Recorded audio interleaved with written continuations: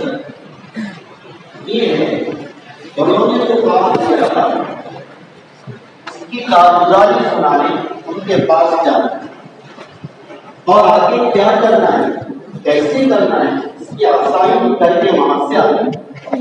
اور یہی بات بھائی عبدالرؤف مرحوم کیا ہے سفر میں کہا کرتے تھے اپنی ساتھ. میرے بزرگوں دوستوں، کارگزاری کا کیا مقصد ہے؟ کارگزاری کیوں لی جاتی ہے؟ کارگزاری کیوں سنی جاتی ہے؟ اس کی کیا وجہ ہے؟ اس کا مقصد کیا ہے؟ اور اتنے اہتمام سے ابھی جوڑ ہوا تقریباً 3 دن، اتوار 3 منگل 2 دن تک کارگزاری چلی. پہلے دن اندرون کی کارگزاری اور دوسرے دن بیرون کی کارگزاری. 2 دن تک سارے ملک کے بڑے ذمہ دار ہمارے اکابر کارگزاری سنتے رہے اور ذمہ دار سناتے رہے. 2 دنوں تک کارگزاری. حضرت مولانا یوسف صاحب نے اس کی وجہ بتائی، مقصد بتایا کارگزاری کا مقصد کیا ہے. اتنے اہتمام کے ساتھ کارگزاری پیش کرنے کی وجہ کیا ہے، اس کو آپ نوٹ بھی کر لیں، اس کو آپ سمجھ بھی لیں. کارگزاری کا مقصد ہے وحدت کلمہ اور وحدت فکر. وحدت کلمہ اور وحدت فکر. وحدت فکر سے مراد سارے عملے کی فکریں ایک ہو جائیں، اور وحدت کلمے سے مراد سب کی زبان، سب کا قول ایک ہو جائے. بھائی یہ ایسا کرنا ہے، سب ایک ساتھ اس کو کرنے والے، اس کو ایسا کرنا ہے، اس کو ایسا نبھانا ہے. تو وحدت کلمہ اور وحدت فکر کارگزاری کا مقصد ہے.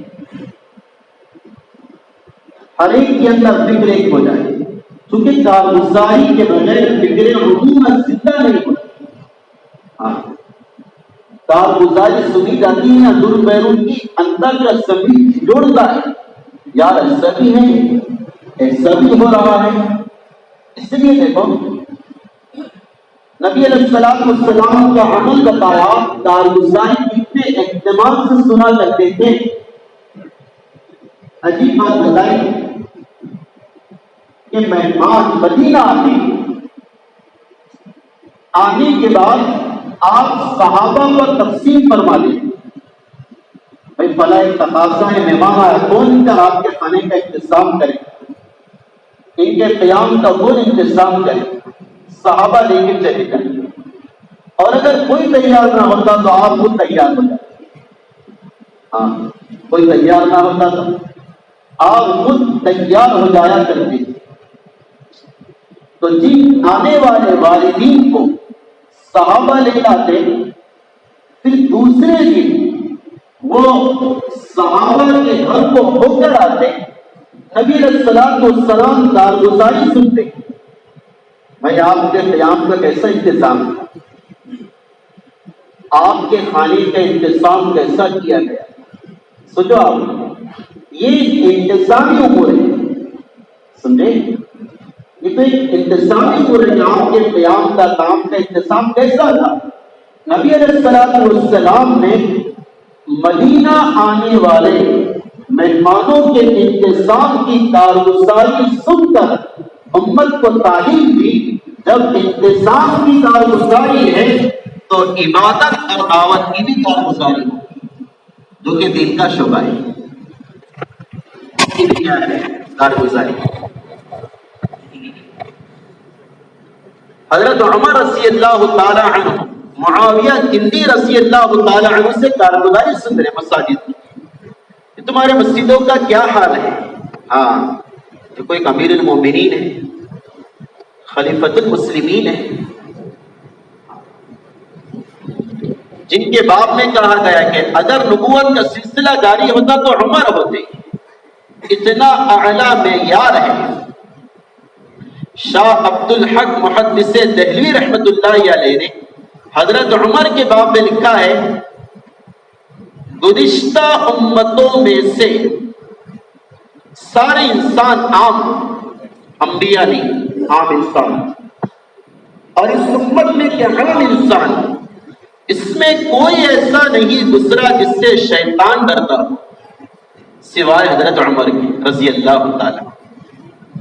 اتنا بڑا ان کا مقام و مرتبہ، عصمت و فضیلت ہے، وہ آنے والے حضرت معاویہ سے کہہ رہے تمہارے کوفہ بصرہ ان علاقوں کے مساجد کا کیا حال ہے؟ کہیں ایسا تو نہیں ہوتا نا لوگ آتے مسجد میں نماز پڑھ کے چلے جاتے بٹکے ہوئے اونٹوں کی طرح، جانور کی طرح، کہ وہ جلدی کرتا ہے نماز پڑھو اور پھر چلے جاؤ؟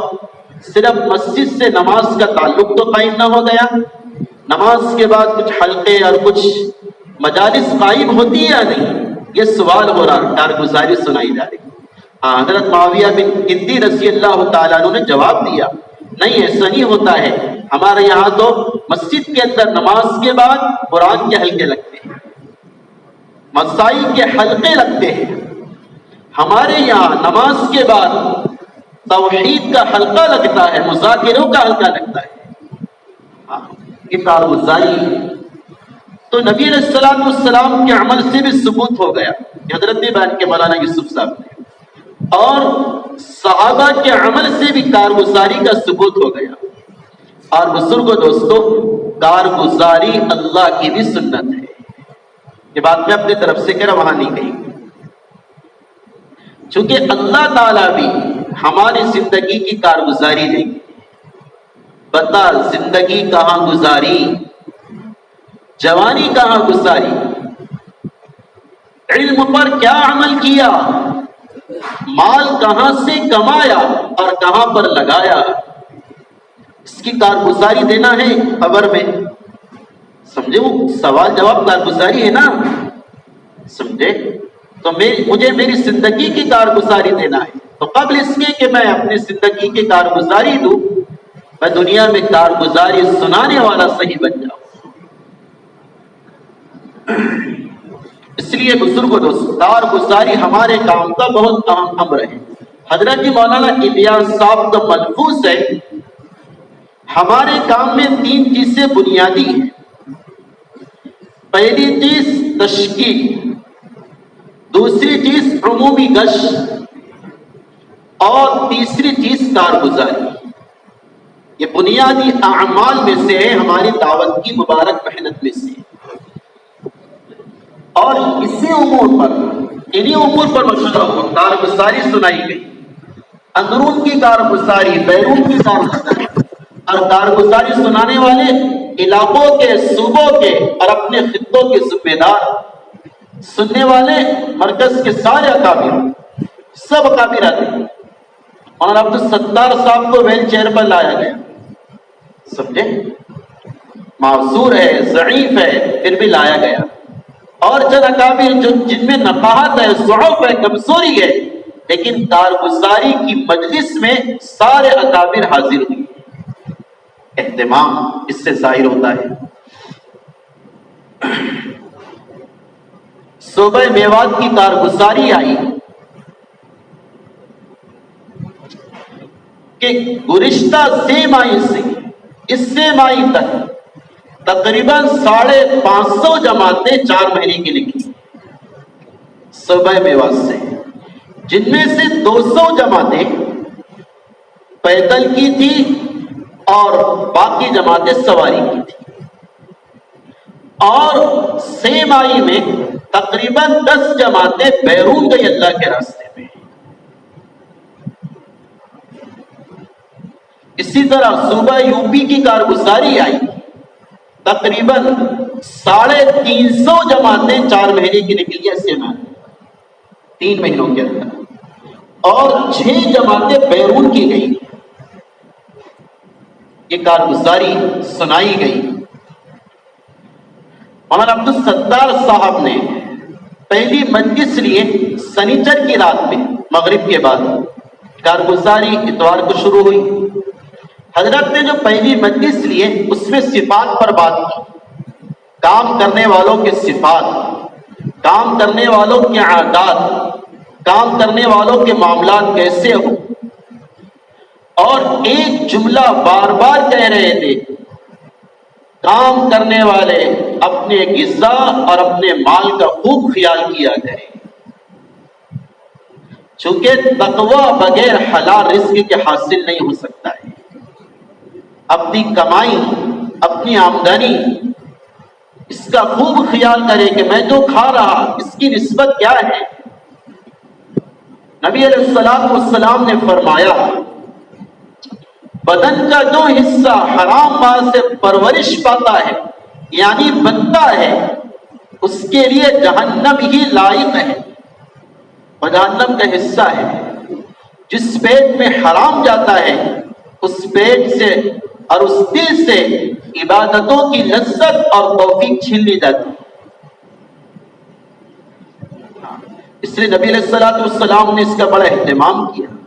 اپنے بیٹے حضرت حسن یا حسین رضی اللہ تعالی عنہما سے ایک مرتبہ دیکھا، انہوں نے کھجور اٹھا کر منہ میں ڈال دی، کھجور اٹھا کر منہ میں ڈال دی، تو حضرت نبی اکرم صلی اللہ علیہ وسلم نے تیزی کے ساتھ جا کر ان کے منہ میں انگلی ڈال کر نکالی، کھجور کو نکال دیا اور کہا کہ بیٹے ہو سکتا ہے یہ کھجور صدقے کی ہو جو اللہ نے میری آل پر اولاد پر حرام کرا دیا ہے۔ کتنا اہتمام تھا آقا کو اپنے لیے، امت کے لیے حلال رزق کا۔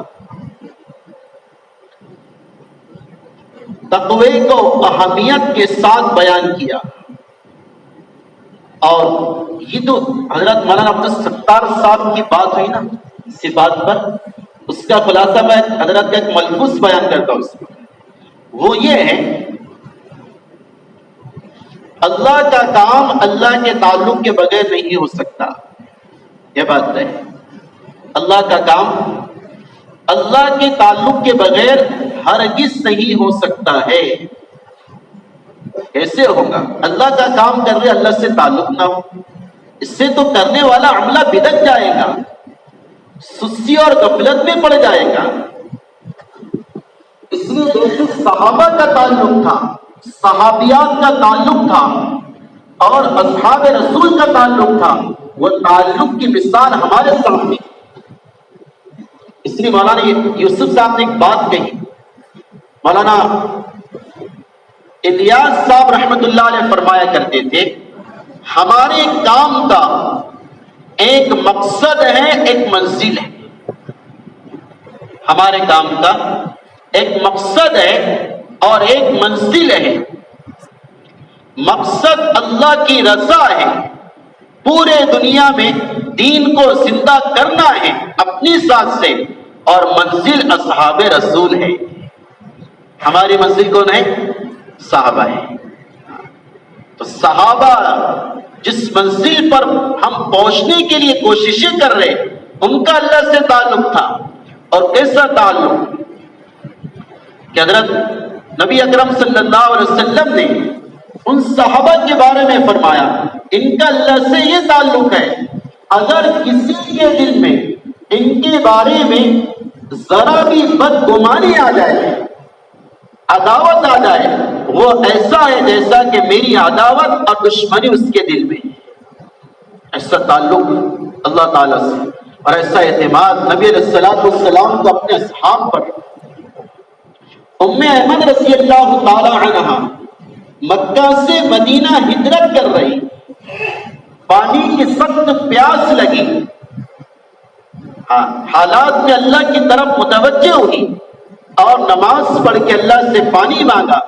ایک ڈول آسمان سے اتارا گیا جس میں دودھ سے زیادہ سفید، شہد سے زیادہ میٹھا پانی تھا۔ حضرت ام ایمن نے پیا، اور سیدہ فرماتی ہے اس پانی پینے کی برکت یہ تھی، ساری زندگی شدت کی پیاس نہیں لگی، ساری زندگی شدت کی پیاس نہیں لگی۔ ایسا تعلق تھا اللہ سے۔ تو کام کرنے والا ہو، اللہ سے تعلق نہ ہو، اللہ کی یاد نہ ہو، اللہ کے سامنے رونا دھونا نہ ہو، تو پھر یہ کام سے صرف نسبت ہے، مناسبت نہیں ہے۔ کام سے صرف کیا ہے؟ نسبت ہے، مناسبت نہیں ہے۔ مناسبت ہوتی، محبت ہوتی تو کرتا وہ جو صحابہ نے کی، تعلق وہ پیدا کرتا جو صحابہ نے کی. اس لیے کام سے مناسبت ہو. نبی علیہ الصلوۃ والسلام کے ارشادات سامنے ہو، اللہ کا خوف ہو. ایک بات بتائی، تنہائی اور مجمع میں اللہ کا ڈر دائی کے دل میں ہوتا ہے. ڈرنے والا ہوتا ہے دائی، اللہ سے ہر حال میں تقوی ہوتا ہے. ایسا ڈرتا ہے خلوت میں، ایسا ڈرتا ہے جیسے کہ مجمع میں لوگوں کے سامنے ڈرتا ہے. وہ اللہ کو ہمیشہ اپنے پاس محسوس کرتا ہے. اس کا سینہ اللہ کی یاد سے، ڈر سے کھولتا ہے. اس کی آنکھوں کے پپوٹے اللہ کی یاد میں روتے ہیں. اس کی زبان اللہ کی یاد میں تر اور رطب اللسان رہتی ہے، اور اس کے اعضاء شریعت کے تابع رہتے ہیں. یہ دائی کی صفات بتائی. ایک بات بتائی، معاملات کا اچھا ہوتا ہے، معاشرت کا اچھا ہوتا ہے. معاملات کا بھی اچھا ہو، معاشرت کا بھی اچھا ہو. کیونکہ فرمایا معاملات کے بگاڑ سے جو عذاب آتا ہے وہ عبادت کے درست کرنے سے نہیں جاتا. پھر سے سنو، معاملات کے بگاڑ سے جو حالات آتے ہیں وہ عبادت کے درست کرنے سے نہیں جاتے. معاملات کو ہی درست کرنا پڑے گا، تب وہ حالات درست ہوں گے. امت کا ایک مزاج بن گیا معاملات کے باب میں کمزوری کا اور معاشرت میں کمزوری کا. حالانکہ نبی علیہ الصلوۃ والسلام نے فرمایا سب سے بھاری چیز بنی آدم کی نامہ اعمال کے ترازو میں اس کے اچھے اخلاق اور اچھے معاملات ہوں گے. اچھے اخلاق، اچھے معاملات ہوں گے، یہ فرمایا. اس لیے ہمارے معاملات پر غور ہو. کسی کا قرضہ لینا، مدت سے پہلے دینا، میرے گھر کے معاملات کا صحیح ہونا، میرا بیوی کے ساتھ، ماں باپ کے ساتھ، بھائی بہن کے ساتھ، پڑوسی کے ساتھ اور دوست کے ساتھ، متعلقین کے ساتھ سلوک، حسن سلوک کا. نبی علیہ الصلوۃ والسلام نے فرمایا قیامت کے دن مجھ سے سب سے زیادہ دور دو قسم کے لوگ ہوں گے. ایک وہ آدمی جس کے اخلاق خراب تھے، دوسرا وہ آدمی جس کی زبان بے لگام تھی. اور سب سے زیادہ دور ہوگا مجھ سے. صحابہ نے یہ بات سنی تو گھٹنوں پر بیٹھ گئے. اللہ اکبر! کہ زبان کی خرابی دنیا والوں سے بھی دور کر دیتی اور آخرت میں نبی سے بھی دور کر دیتی. تو میرے معاملات صحیح ہو. حضرت فرما رہے مولانا عبدالستار صاحب، دائی کے معاملات کلیئر ہو، انگلی اٹھانے کا موقع نہ ہو. ایک بات فرمائی حضرت مولانا الیاس صاحب رحمت اللہ علیہ، مولانا یوسف صاحب رحمت اللہ، دونوں میں کوئی حضرت جی تھے کہ حضرت کوئی چیز خریدنے گئے، سامنے والے کو پتہ نہیں کہ یہ حضرت جی ہے، نام سنا تھا، تو کسی نے کہہ دیا کہ یہ فلاں حضرت جی ہے. تو وہ بڑا حضرت کا عاشق تھا، اس نے جو سامان بیچنا تھا یا کام کرنا تھا کم داموں میں حضرت کو دیا. جب واپس آئے معلوم ہوا کہ معمول اور بازاری ریٹ سے اس آدمی نے مجھے کم میں دیا ہے میری پہچان کی وجہ سے. تو حضرت نے واپس کر کے آئے اور کہا کہ دین کی بنیاد پر دنیا کا سودا کرنا میری عادت نہیں ہے. ہاں یہ بات بتائی، کرنے والوں، کام کرنے والوں کے یہ عادات ہیں. اس لیے مولانا فرماتے اپنوں کے ساتھ انصاف کا سلوک اور غیروں کے ساتھ حسن سلوک اور سعادتی کا معاملہ. نبی علیہ الصلوۃ والسلام کے احادیث سنائے معاملات کے بارے میں، صفات کے بارے میں، اخلاق حسنہ، عادات حمیدہ اور خصائل و شمائل کے باب میں. حضرت نے فرمایا کہ بھائی یہ ساری محنت کا مقصد ہے وہ سارے صفات ہمارے زندگی کے اندر آ جائے. ہم وہ کریں جو صحابہ نے کیا، ہم وہ بولے جو صحابہ نے بولا، ہم وہ دیکھیں جو صحابہ نے دیکھا. ہم وہ جذبات رکھیں جو صحابہ کے جذبات تھے. حضرت مولانا عبدالستار صاحب فرما رہے تھے کہ بھائی دعوت کی نسبت پر اگر کوئی کام کر رہا اس میں صفات پیدا نہیں ہو رہی تو اپنی محنت پر نظر ثانی کرے، محنت میں کمی کہاں ہو رہی.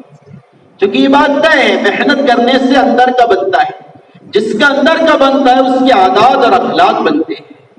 اس لیے میرے عزیز بزرگوں دوستوں، ملک کے پرانوں میں سنیچر کے دن بعد نماز سے مغرب جو مجلس ہوئی اس میں یہ بات کہی گئی کہ بھائی کام کرنے والے اپنے اندر صفات پیدا کریں، اللہ سے مانگے، تقوی پیدا کرے، ڈر پیدا کرے، حرام غذا سے اپنے آپ کو بچائے، اتحاد کو باقی رکھے، اتحاد کو باقی رکھے. چونکہ مولانا نے فجر کے بیان میں ایک بات کہی،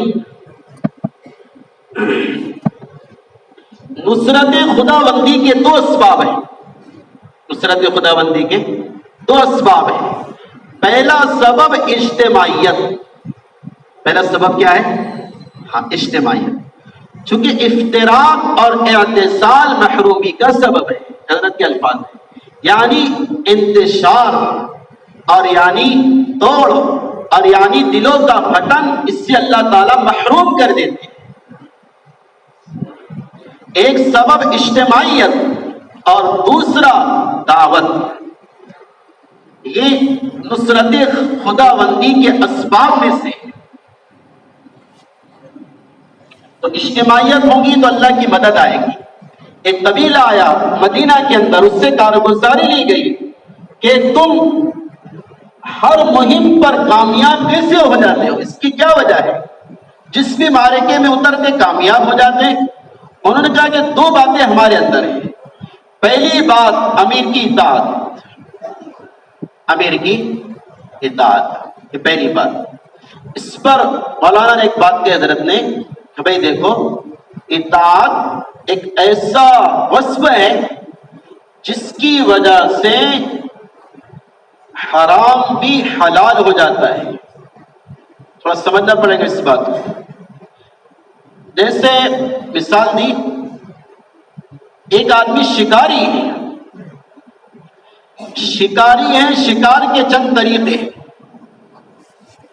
ان طریقوں میں ایک طریقہ کتے کے ذریعے شکار کرنا. کتے کے ذریعے شکار کرنا تو فتاوی میں ہے، مسائل کی کتابوں میں ہے، کتے کا شکار اس وقت جائز ہے جبکہ اس میں دو شرطیں پائی جائیں. غور سے سننا. ایک جانور ہے حلال، آپ کے قابو میں نہیں آ رہا، آپ نے کتے سے کہا کہ چھو، اب وہ بھاگا، اب اس سے پکڑ کے لایا. یہ اس سے جو پکڑ کے لایا وہ شکار اور ذبیحہ حلال ہے یا حرام ہے؟ اس کے لیے دو شرطیں ہوئی. دو شرطیں پائی گئی تو وہ پکڑا ہوا حلال ہے ورنہ حرام ہے. پہلی بات، بسم اللہ کر کے چھوڑا ہو. بسم اللہ کر کے چھوڑا ہو.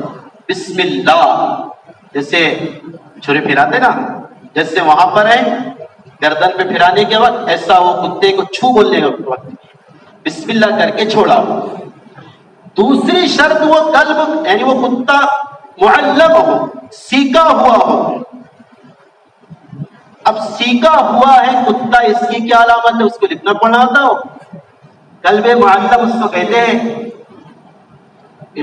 فقہ کی اصطلاح میں. قلب معلم، سیکھا ہوا کتا، ایجوکیشن حاصل کیا ہوا کتا، ڈاگ. وہ کون ہے؟ سیکھا ہوا کتے کی علامت یہ ہے، آپ نے کتے کو چھوڑے، چھو، اب وہ بھاگتے ہوئے گیا، سامنے شکار کھڑا، جیسے ہی شکار پر اس نے اپنے دانت اور پنجہ مارنے کا ارادہ کیا، اس کے پیچھے سے مالک نے کہا کہ رک جا. کیا کہا؟ تو وہ فوراً رک جائے، شکار پر اپنا پنجہ نہ ڈالے. اس کو کہتے سیکھا ہوا کتا، قلب معلم. سمجھ آئی بات؟ سمجھ میں آیا نا؟ ہاں. تو دیکھیے اگر وہ قلب معلم نہ ہوتا، سیکھا ہوا نہیں ہوتا، اور روکنے کے باوجود اپنے بچے کو نہیں روکتا اور جانور کی گردن کو شکار کر لیتا، وہ ذبیحہ حلال نہیں، حرام ہو جائے گا اگر مر گیا تو، اگر مر گیا۔ لیکن اگر اس کی اطاعت کا پیمانہ یہ ہے کہ اگر مالک نے بولا رک جا، ایک دم کانٹے پر پہنچنے کے بعد رک جا، وہ رک گیا، اس کی اطاعت کا فائدہ یہ ہوا شریعت نے ایسے کتے کے ذبیحے کو حلال قرار دیا۔ سمجھ آئی بات؟ ہاں، یہ ہے اطاعت، اتنی اطاعت ہو۔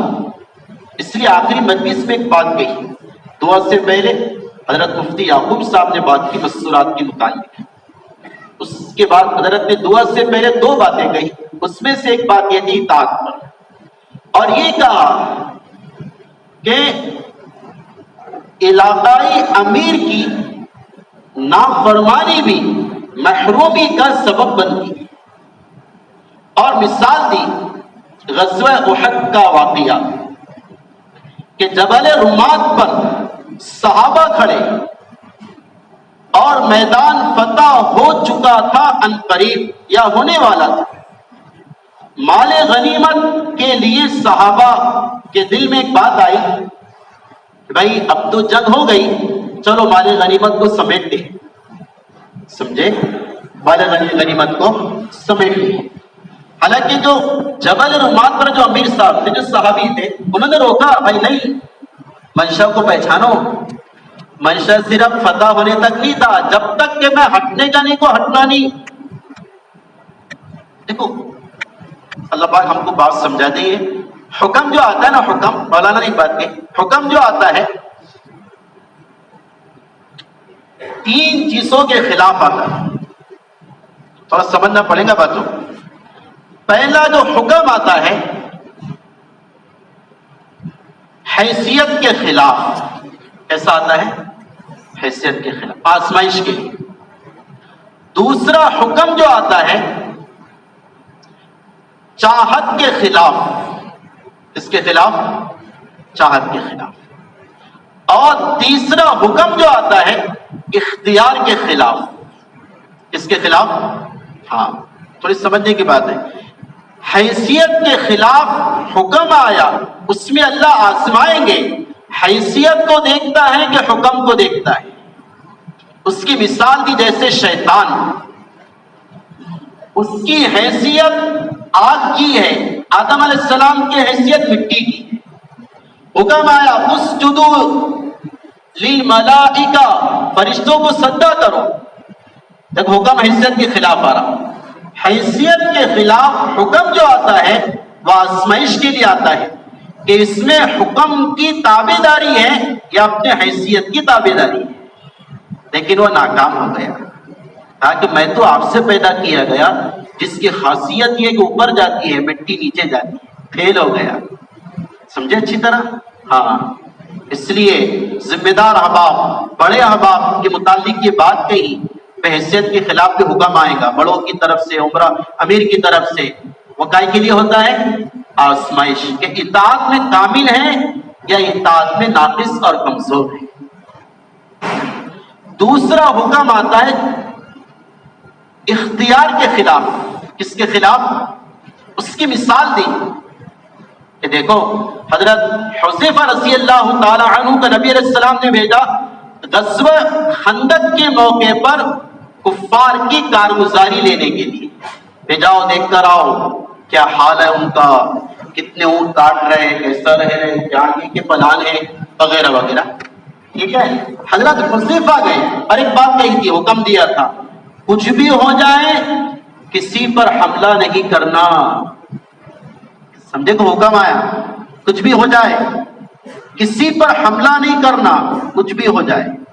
حضرت حذیفہ چلے گئے، جانے کے بعد وہاں کی کارگزاری دیکھی، وہاں کے حالات دیکھے۔ حضرت ابو سفیان جو ابھی ایمان نہیں لائے، بعد میں ایمان لائے رضی اللہ تعالی عنہ، حضرت حذیفہ کہتے واللہ اتنا بہترین چانس تھا کہ میں چاہتا تو ابو سفیان کی گردن اڑا دیتا، چونکہ اس وقت کے ماسٹر مائنڈ وہی تھے جنہوں نے سارے عرب کو مدینہ پر چڑھائی کے لیے لا دیے تھے، وہی گویا کہ ان کے حکیم تھے اور ذمہ دار تھے کفار کے۔ تلوار نکال لی، سمجھے، سامنے دشمن ہے، پورا موقع ہے، یعنی اختیار پورا ہے، چلانے کا ارادہ کیا، حکم یاد آ گیا بھائی نہیں، اللہ کے نبی نے بولو منع کیا تھا، تو حکم اختیار کے خلاف آتا ہے۔ آزمانے کے لیے اختیار کی اطاعت کرتا ہے کہ حکم کی اطاعت کرتا ہے؟ آئی بات سمجھ میں؟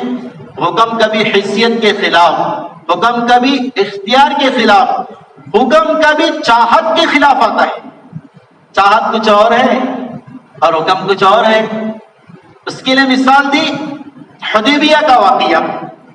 حدیبیہ کہ چاہت سارے صحابہ کی ہے کہ مکہ جائے، کعبہ کا دیدار کرے، طواف کرے، حجر اسود کا بوسہ لے، منتظم سے اپنے آپ کو چمٹائے، مقام ابراہیم کے پاس دو گانا نماز ادا کرے، یہ ساری چاہتے ہیں۔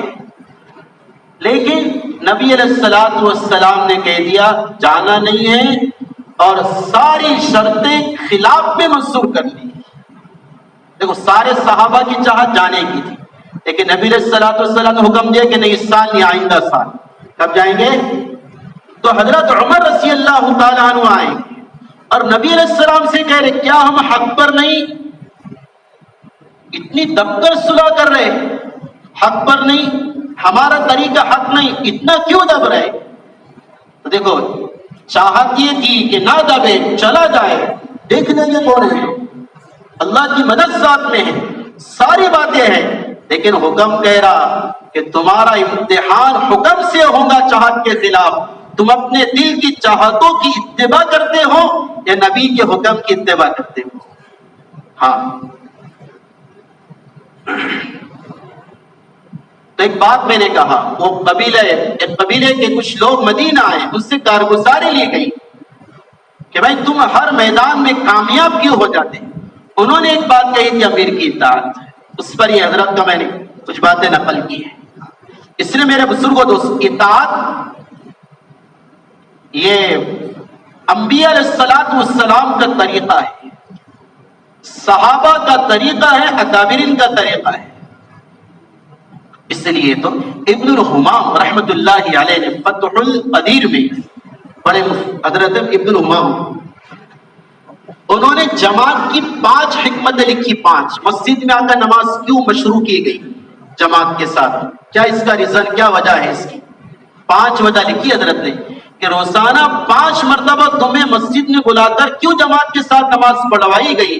ان 5 حکمتوں میں سے ایک حکمت یہ ہے تم 5 مرتبہ مسجد آؤ، امام چاہے کیسا بھی ہو اس کے پیچھے تمہیں نماز اطاعت میں پڑھنا پڑے گا، تاکہ اطاعت کی عادت پڑ جائے۔ کائے کی عادت پڑ جائے؟ اطاعت کی، ہاں اطاعت کی عادت پڑ جائے، سکھایا۔ اس لیے تو دیکھو نبی علیہ الصلوۃ والسلام نے اس کی تاکید سنا دی کہ جو مقتدی اپنے امام سے آگے بڑھے، کیا کرے؟ آگے بڑھے، وہ اس بات سے ڈرے کہیں اس کا سر گدھے کی طرح نہ ہو جائے۔ ہاں اطاعت اتنی اہم ہے، سمجھ آئی بات؟ ہاں۔ تو ایک بات کہی امیر کی اطاعت، بہت سے امور میں نبی علیہ الصلوۃ والسلام نے اپنے ارشادات عالیہ میں صحابہ کو تعلیم دی اطاعت کا کتنا اہم جذبہ ہے، اور بھی مثالیں بیان کی گئی۔ اور دوسری چیز انہوں نے جو کہی تھی جس سے وہ ہر میدان فتح کر لیتے، کہا کہ وہ یہ ہے ہم اطاعت کرتے اور ہمارے آپس میں اجتماعیت ہے۔ کیا ہے؟ وہی جو میں نے کہا، نصرت خداوندی کی کتنے اسباب ہیں؟ 2، اجتماعیت اور دعوت۔ یہ اجتماعیت اس میں، اس لیے میرے بزرگوں دوستوں، نبی علیہ الصلوۃ والسلام نے صحابہ کو جس منزل پر پہنچایا تھا وہ منزل کے عزائم ہمارے دلوں میں، کہ ہمیں وہاں پہنچنا ہے، ہمیں وہاں جانا ہے۔ اور دیکھو عجیب بات فرمائی، بڑوں کی، امیر کی اطاعت حاضر میں بھی ہے، غائب میں بھی ہے. حاضر میں بھی ہے، ایسا نہیں کہ سامنے ہے تو ٹھیک ہے، واہ واہ ٹھیک ہے ٹھیک ہے اچھی وضو، نہیں، غیبوبت میں بھی. مثال دی حضرت نے، عجیب مثال دی. حضرت عمر رضی اللہ تعالیٰ عنہ کے دور میں ایک خاتون تھی جس کو جذام کا مرض تھا. جذام کا مرض کہتے ہیں جس میں باڈی کے گوشت کے ٹکڑے ہو کر گرتے ہیں. بڑا سخت مرض ہے. اس لیے آپ نے دعائیں سنی، نبی علیہ الصلوۃ والسلام نے اس سے پناہ مانگی، اللہم انی اعوذ بک من الجنون والجذام والبرص وسیء الاسقام. خاص طور سے آپ نے نام لیا اس بیماری کا. وہ خاتون جذام کی مریضہ تھی. تو حضرت نے اس سے کہا کہ بھائی دیکھ تو طواف کرتی ہے، طواف کیا کرتی تھی وہ خاتون، تو تجھ سے تیری وجہ سے لوگوں کو تکلیف ہوتی ہے، تو ایسا کر طواف روک دے اور نماز گھر پہ پڑھا کر. ٹھیک ہے. تو وہ خاتون بھی صحابیات تھی یا تابعیات، جو بھی ہو، تابعیات بولو، تابعیات صحابہ کی صحبت میں رہنے والی، کہا کہ ٹھیک رک گئی اور طواف کرنا بند کر دیا اور مسجد حرام کے بجائے اپنے گھر میں نماز پڑھنے لگی. حضرت عمر کا انتقال ہو گیا. حضرت عمر کا انتقال ہو گیا. انتقال کے بعد کسی نے اس خاتون سے کہا کہ دیکھ، جس نے تجھے روکا تھا، جس امیر نے منع کیا تھا، وہ تو چلے گیا، اب انتقال ہو گیا، شہادت ہو گئی، تو اب طواف کرنا شروع کر دے. کہ نہیں، اطاعت جو کچھ کا اس کا خلاصہ، اطاعت یہ ہے کہ جیسے میں نے ان کی زندے پن میں مانی، اسی طرح موت کے بعد بھی مانی.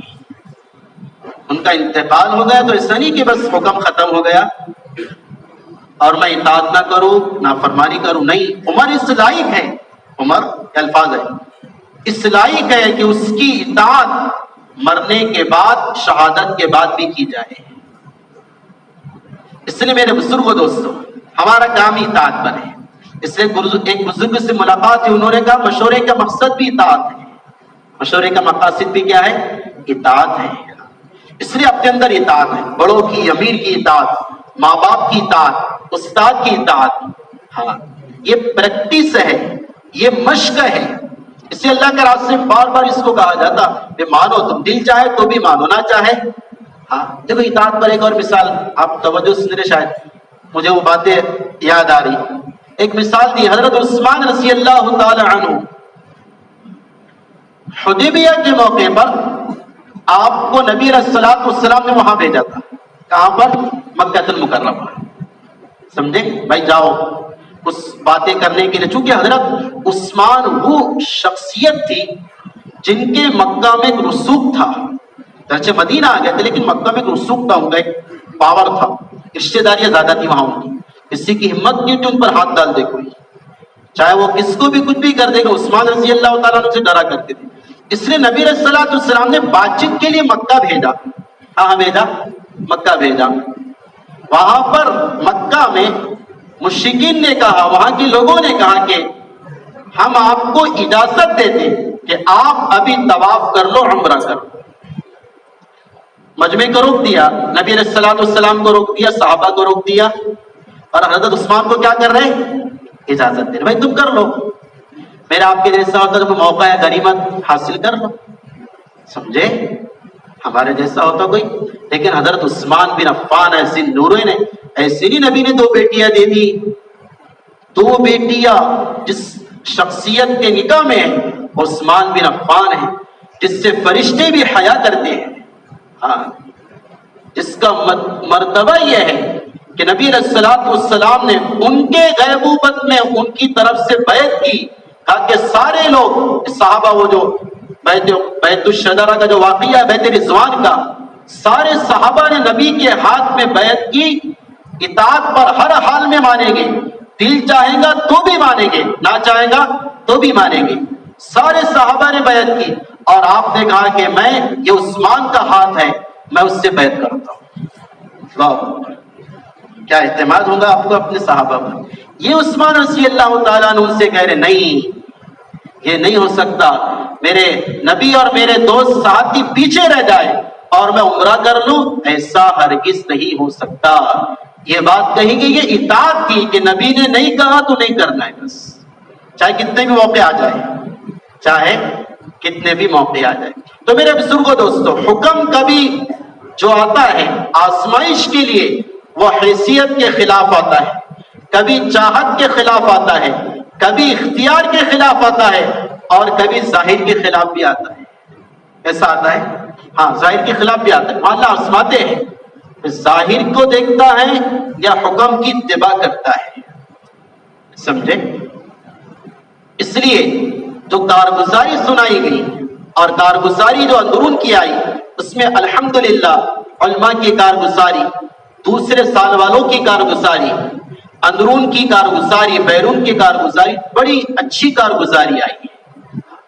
اور کارگزاری کے وقت حضرت نے جو چند باتیں چیدہ چیدہ ارشاد فرمائی، ایک بات یہ کہی، جب کارگزاری سن رہے تھے اتوار کے دن صبح 10 بجے سے تقریباً آسام کے کوئی ساتھی کارگزاری سنا رہے تھے، اس سے پہلے دلی والوں نے کارگزاری سنائی، اس میں انہوں نے کہا کہ ہمارے پاس سال والے اتنے علماء ہیں اور دوسرا سال والے ایک ہی عالم ہیں۔ حضرت نے اس پر بھی کہا کہ ایسے کیسے ہے بھائی، ہزاروں آپ کے پاس علماء، سال والے تقریباً 100 کے قریب ہیں اور دوسرے سال والے ایک ہی ہیں، کہا کہ دوسرے سال کا اہتمام کراؤ۔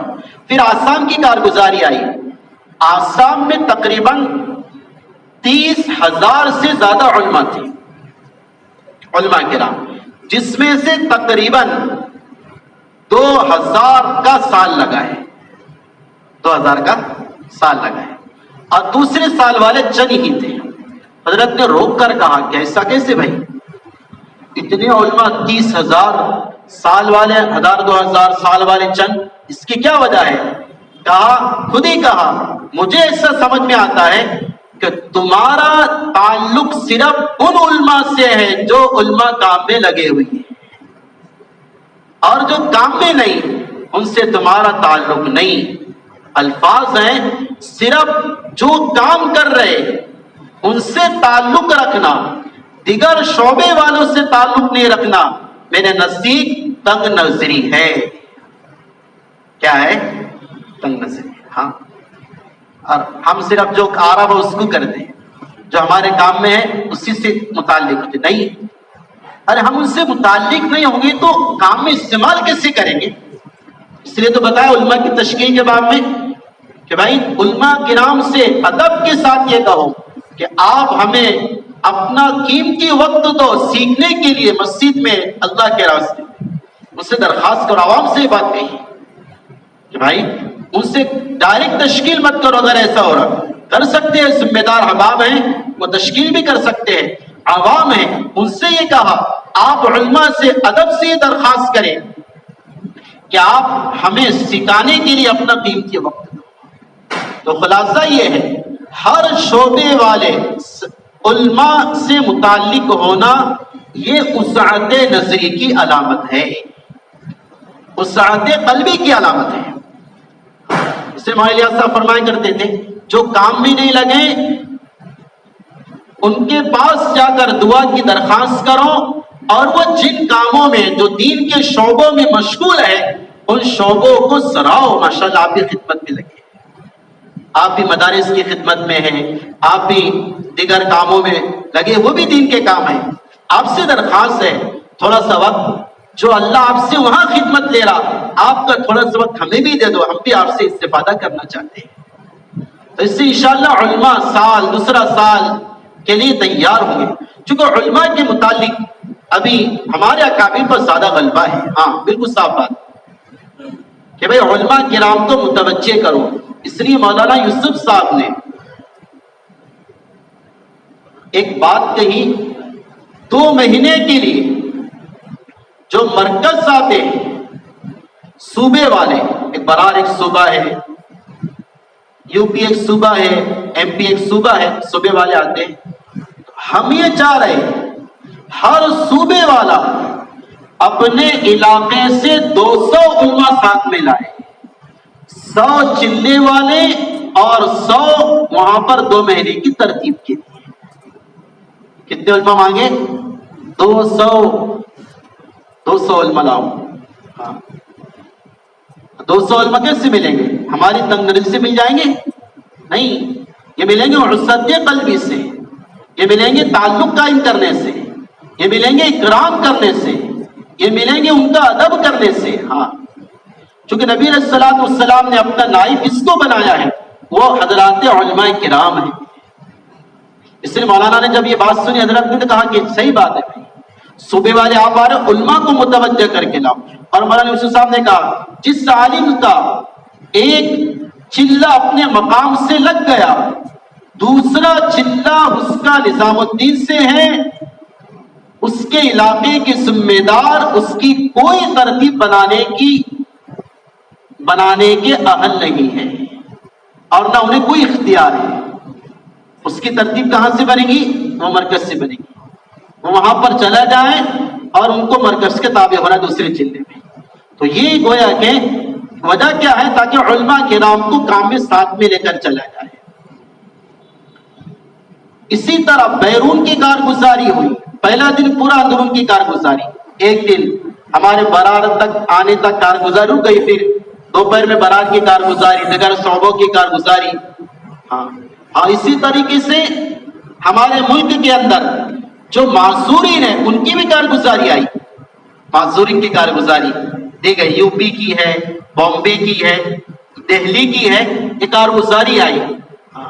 بامبے کی کارگزاری یہ ہے کہ جو وہاں پر معذورین ہیں ان کی ایک مستقل جماعت 4 مہینے کی چل رہی ہے۔ جو مستورات ہیں ان میں سے 2 مستورات چلہ لگی ہوئی ہیں، 2 مستورات کا چلہ لگا ہوا ہے۔ دہلی کی کارگزاری ہے، ایک معذورہ خاتون کا چلہ لگا ہوا ہے، 4 کے اشرے لگے ہوئے ہیں، اور 4 سے زیادہ خواتین جو معذور ہیں ان کے سے روزہ لگے ہوئے ہیں۔ اس لیے مولانا یوسف صاحب نے ایک بات کہی، یہ معذورین کی کارگزاری پر، بھائی جتنے بھی اپنے علاقے کے معذورین ہیں، آپ ان تمام کو، جو مرد ہیں ان تمام کو بھوپال کے اجتماع میں لے کر آؤ، ان تمام کو بھوپال کے اجتماع میں لے کر آؤ۔ دیکھو ہمارے بڑوں کے پاس کتنی وسعت، سب کو گویا کہ اپنے ساتھ جوڑنا ہے، معذورن کے علاوہ، وہ بھی ہمارا ایک حصہ ہے کام کا۔ اس کی جو ترتیب بناتے ہیں وہ اس کا خیال رکھے، ان کا انتظام کرے، اور ان کے ساری سہولیات کا انتظام کر کے وہاں ان کو پہنچائے، تاکہ وہاں پر ان کی مجلس اور ان کے خروج کا اور ان کے مقامی محنت کا وہاں پر مستقل نظام بنایا جائے۔ اسی طرح مفتی یعقوب صاحب سیلونی دامت برکاتہم نے جو پہلے دن بات کی ہے، دوسرے دن عصر کے بعد وہ عصری طلبہ اور دینی مدارس کے طلبہ کی پابندی پر اتاری ہے۔ حضرت بڑے تفصیل سے سکھایا اور سنایا کہ ان کی کیا محنتیں ہیں، ان کا ہمارے نصیب کیا اندازہ اور کیا ایک اہمیت ہے ان طلبہ کی، طلبہ کی بھی طالبات کی بھی۔ مدارس کے طلبہ کے باب میں کہا ان کو دوران حصول تعلیم دعوت سے مناسبت پیدا کرانا ہے اور دعوت سے گزارنا ہے۔ دوران حصول تعلیم یعنی عالم بنتے ہوئے اس کا کم از کم چلہ لگ جائے، اس کے اشرا لگ جائے، بقرعید وغیرہ کی چھٹیوں میں، ششمائی کی چھٹیوں میں۔ اسی طریقے سے کام کی ترتیب بتائی کہ بھائی جو دینی مدارس کے طلبہ ہیں وہاں پر روزانہ کے 3 کام ہوں، مشورہ ہو، تعلیم ہو، ملاقات ہو۔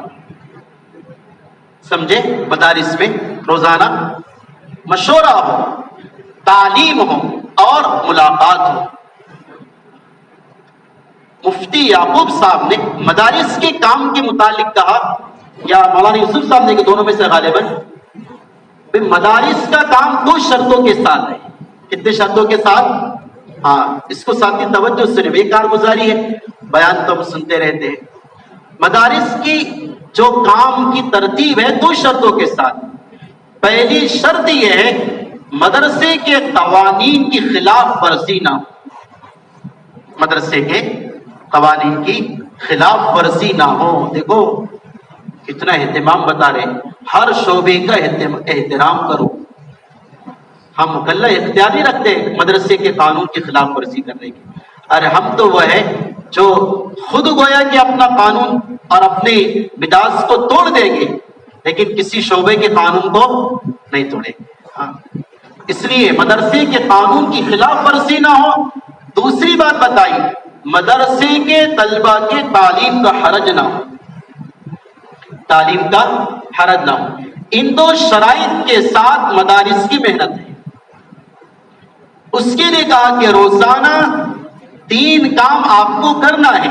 مدارس کے طلبہ میں آپس میں وہی کریں گے کہ تعلیم کر لے کسی عصر کے بعد, اسی کے بعد مشورہ کر لے وے, اور عصر کے بعد یا دوپہر کے کھانے کے بعد روم میں کلاس میں جہاں طلبہ سوتے ہیں, پہلا فلور ہے, دوسرا فلور ہے, حفظ والے ہیں, عالمیت والے ہیں, کتب والے ہیں, دینیات والے ہیں, ان طلبہ میں ایک دو ملاقات کر لی جائے.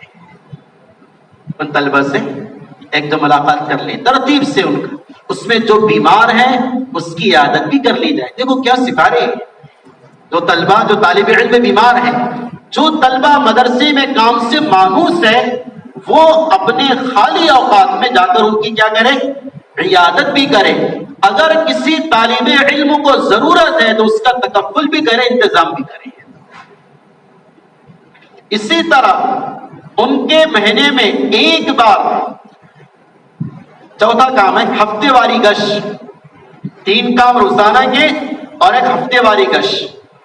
وہ ایسے دن جس میں مدرسے کی تعلیم موقوف رہتی ہے, مثلا جمعرات تعلیم کا سلسلہ موقوف رہتا ہے, اس میں عمومی گشت ان سے کرائے. اور اگر وقت ملتا ہے تو اسی دن وقت نکال کر دوسرا گشت بھی قریب کی مسجد میں یا قریب کے بستی میں کر لے. اگر گنجائش ہے, تعلیم کا حرج نہیں ہوتا ہے تو وہ کام کر لے, ورنہ ایک ہی گشت پر اکتفا کرے. یہ 4 کام. اور ایک 5واں کام, مہینے میں ایک بار ہر ایک طالب علم کے 24 گھنٹے لگ جائے کہ جمعرات کی ظہر یا عصر سے جمعہ کے بعد تک یا عصر کے بعد تک 24 گھنٹے اللہ کے راستے میں ان کو نکالنا ہے. تو یہ ان کے مقامی کام کی ترتیب ہے. اور سال میں 2 جوڑ مدارس کے طلبہ کے ہوں. ایک جوڑ مدرسے کے شروع ہونے کے وقت, جیسے ہمارا شوال المکرم میں جوڑ ہوتا ہے اور مدارس شروع ہوتے ہیں, اور ایک جوڑ مدرسے کے تعلیم کے آخر میں. یہ 2 جوڑ ہوں گے مدارس کے طلبہ کے. پھر ان میں آخری جو جوڑ ہوتا ہے اس میں تشکیلیں ہیں اور ان کی ترتیب ہے, چلے وغیرہ کا نظام ہے. جو طلبہ فارغ ہوئے ہیں ان کے سال کا گویا کہ ترتیب بنانے وغیرہ وغیرہ. اسی طرح عصری طلبہ جو ہے ان کے کام کو بھی حضرت نے سمجھایا اور بہت اہتمام سے یہ بات کہی, بھائی عصری طلبہ و طالبات آج بے دینی کا زیادہ شکار ہیں. اسکول, کالج, کانوینٹ اور یونیورسٹی میں بے دینی کے گویا کے اڈے ہیں. اللہ معاف کرے. ایمان پر اور عقائد پر اور افکار پر اور اعمال پر اور اخلاق پر اور کردار پر باطل کی محنت شروع ہے. ہاں ان کو چونکہ ہمارا مستقبل ہے, باطل سمجھ رہا جس کے مستقبل کو داغدار کر دو گے وہ کبھی کامیاب نہیں ہو سکتے. اس لیے اس نے بڑا اپنا ان کے اعتبار سے منظم نظام بنایا ان کو خراب کرنے کا. اس لیے ہمارے بڑوں کی طرف سے اس میں زیادہ اہتمام کیا گیا. اسی لیے تو گزشتہ کسی حکمت کی وجہ سے پڑھنے لکھنے والے طلبہ کے لیے 24 گھنٹے کی اجازت نہیں تھی. پہلے اجازت نہیں دی تھی, لیکن اب یہ جوڑ میں بات کہی گئی کہ جو اسکول اور کالج میں پڑھنے والے طلبہ ہیں مستقل 3 دن اگر وہ نہیں لگا سکتے ہیں تو ان کے لیے اجازت ہے کہ مہینے میں 24 گھنٹے لگا کر اپنے 3 دن پورے کر دیں. اجازت مل گیا. آئی بات سمجھ میں, دیکھو یہ حالت کی نزاکت ہے. روکا بھی جاتا ہے کسی حکمت کی وجہ سے, حکم بھی دیا جاتا ہے کسی حکمت کی وجہ سے. سمجھ میں آئی بات؟ ہاں. تو یہ 24 گھنٹے کی اجازت اب مل گئی. ان کے ساتھ یہ بات بھی گئی 2 مضبوط ذمہ دار ہوں, ان کو لے جائے اور وہ گویا کہ ان پر محنت کرے 24 گھنٹے تک مسجد کے ماحول میں رکھ کر ان کے ایمان اور عقائد اور ان کے اخلاق اور کردار کو دینی اعتبار سے مضبوط بنائیں۔ ایک واقعہ ہے مولانا الیاس صاحب رحمۃ اللہ علیہ جب مرکز میں تھے، ایک نوجوان کالج پڑھنے والا یا اسکول پڑھنے والا حضرت سے بڑا متاثر تھا، حضرت کی بڑی عقیدت کی محبت کیا کرتا تھا۔ تو اسی محبت میں ہوا ایسا کہ اسے حضرت کی خدمت کا شرف بھی نصیب ہو گیا۔ ایک مرتبہ وہ شدہ پھر حضرت کا بہت گرویدہ بھی ہو گیا، حضرت کے پاس آنا جانا۔ جب وہ بہت قریب ہو گیا تو ایک مرتبہ حضرت کی خدمت کر رہا تھا، تو حضرت نے دیکھا چہرے پر داڑھی نہیں، چہرے پر داڑھی نہیں۔ تو حضرت نے کہہ دیا، بیٹا اپنا چہرہ نبی کے چہرے کی طرح بنا دو، یہ بات کی۔ اس نوجوان نے سنا اور پھر چلا گیا۔ پھر دوسرے دن، تیسرے دن، چوتھے دن اس کا آنا بند ہو گیا۔ تو حضرت کو پتا چلا کہ وہ نوجوان جو مرکز آیا کرتا تھا، میرے بولنے کی وجہ سے مرکز آنے سے رک گیا۔ تو ایسے بے چین ہو گئے اور ایسے بے تاب ہو گئے، ساتھیوں کو جوڑا اور یہ کہا، تم میرے لیے استغفار کرو کہ میری وجہ سے ایک پڑھنے لکھنے والا دین سے رک گیا ہے۔ استغفار کرو، توبہ کرو، اور بڑی لجاجت کے ساتھ اللہ کے دربار میں درخواست کی، یا اللہ اس نوجوان کو، اس پڑھنے لکھنے والے طالب علم کو دوبارہ اپنے کام کی طرف اور اپنے گھر کی طرف متوجہ فرما دے۔ پھر تقریباً 1.5 یا 2 مہینے کے بعد وہ نوجوان آیا اور ڈر رہا تھا، چہرے پر داڑھی ابھی بھی نہیں رکھی تھی۔ حضرت کا جب مصافحہ ہو رہا تھا جماعتوں سے، حضرت کی نگاہ اس پر پڑی، حضرت کرسی سے کھڑے ہوئے اس کو سینے سے لگایا، پہلا جملہ کہا، اللہ کے واسطے مجھے معاف فرما دے۔ دیکھو کیا ہمارے بڑوں کا اس طبقے پر خیال ہے، کیا توجہ ہے؟ یہ تو ہمارا مستقبل ہے نا، یہ تو نوجوان ہے، یہ وہ جوان ہے جس کے باب میں آقا نے فرمایا کہ جوانی کی حفاظت کر لے، اللہ اپنے عرش کے سائے میں اس کو جگہ عطا فرمائے گا۔ اللہ کا قریبی آدمی ہے، عرش کے نیچے رہنے والا آدمی ہے۔ حضرت فرما رہے اللہ کے واسطے معاف فرما دے، تیرا دل ٹوٹ گیا تھا، میں نے اسے بول دیا تھا، تو دوبارہ آنا شروع کر دے۔ اور جب دیکھو دائی کی طرف پر اللہ مدعو کو ہدایت دیتے ہیں۔ ہاں جیسے صحیح جذبات ہوں گے، طلب ہوں گی تو پھر وہ اثر ہوگا، ورنہ دعوتیں خالی ہو جا رہی بس۔ ہاں تو اس نے کہا حضرت آپ بھی مجھے معاف کر دو، آج سے مسجد میں وعدہ کرتا ہوں داڑھی نہیں کاٹوں گا۔ اللہ اکبر۔ تو میرے عزیز بزرگوں، اس جو یہ طبقہ ہے عصری علوم کا، ان کے باب میں ہمارا کابل بڑے متفکر ہیں اور بڑے اہتمام سے ان کو جوڑنے کے لیے کہا جا رہا ہے کہ ان کی چھٹیوں کو غنیمت جانو۔ ہاں چونکہ بزرگوں دوستوں، جیسے آج نوجوان میں عقائد کا ارتداد ہے، اسی طرح فکری ارتداد بھی ہے، اسی طرح عمل کا ارتداد بھی ہے، اسی طرح کردار کا ارتداد بھی ہے۔ یہ متاثر ہو جا رہے ہیں نوجوان، موبائل پر کس کو بھی سن رہے ہیں اور اس سے متاثر ہو جا رہے ہیں۔ یہاں بیٹھ کر ہمارے بڑے کہتے ہیں کسی شوق طبقے کا نام مت تو وہ حکمت ہے، لیکن آپ اس بات کو سمجھو کس سے بھی متاثر ہو جا رہے ہیں۔ آج کل کے باطل افکار والے مکاتب فکر جو ہے، ہمارے نوجوان اس کی اسپیچ کو سن کر اس کے انداز گفتگو سے ایسے متاثر ہو رہے، اس کو فالو کر لے رہے، حالانکہ وہ باطل ہے، وہ صحابہ کا گستاخ ہے، وہ نبی کا گستاخ ہے، وہ قرآن و حدیث میں تحریف کرنے والا ہے، وہ اسلام کو ماڈرنزم انداز میں پیش کرنے والا ہے، اور ہمارا نوجوان اس سے متاثر ہو جا رہا ہے۔ ہمارے شہر کی بات ہے، چند جوان میرے پاس آئے، ان کو مفتی صاحب نے بھیجے تھے، مفتی فیروز صاحب نے وہ جب مرکز میں تھے، اس میں سے 3 سے 4 نوجوان آئے۔ 2 نوجوان ایسے تھے جو مکمل شیعہ کے عقائد سے متاثر ہو گئے تھے۔ ہاں ابھی چند دنوں پہلے کی بات ہے، اللہ کے گھر میں، اور بزرگوں دوستوں، انہوں نے باقاعدہ اعتراضات صحابہ پر اور حضرت عائشہ رضی اللہ تعالی عنہ پر، حضرت معاویہ رضی اللہ تعالی عنہ پر اعتراض لکھ کر لائے تھے، اور نعوذ باللہ وہ حضرت معاویہ کا نام لینا بھی پسند نہیں کر رہے تھے۔ دیکھو یہ کیسا فکری ارتداد آ رہا۔ ہمارے شہر کی بات ہے، پھر مسجد میں آئے اور حدیث کے حوالے، مسلم کے حوالے، مسند احمد کے حوالے، ہمارے اکابر کی کتابوں کے حوالے انہوں نے ایسا لکھے، تمہارے والوں نے حضرت معاویہ نے حضرت علی پر لعنت کی، حضرت سعد بن ابی وقاص کے منبر پر لعنت کی، حضرت معاویہ رضی اللہ تعالیٰ عنہ اپنے حاکموں سے کہتے تھے خطبے میں لوگوں پر، اہل بیت پر لعنت کرو، یہ سارا لکھ کر لائے۔ تو کیا یہ عام آدمی متاثر نہیں ہوگا؟ الحمدللہ 2 دن کی ان سے بحث ہوئی، گفتگو ہی، ان 2 تینوں نے اللہ کے لیے پکی سچی توبہ کر دی۔ تو ایسے ہی نوجوانوں فکری ارتداد ہے، ان کو اپنے ماحول سے نہیں جوڑیں گے، باطل تیار کھڑا ہے باہر، اور بہت جلدی یہ اس کا شکار ہو جا رہے ہیں۔ اس لیے اللہ کے واسطے اپنی محنت کا بہت حصہ ان کو بھی دو، ان پر رحم کرو، ان پر اللہ کے لیے رحم کرو۔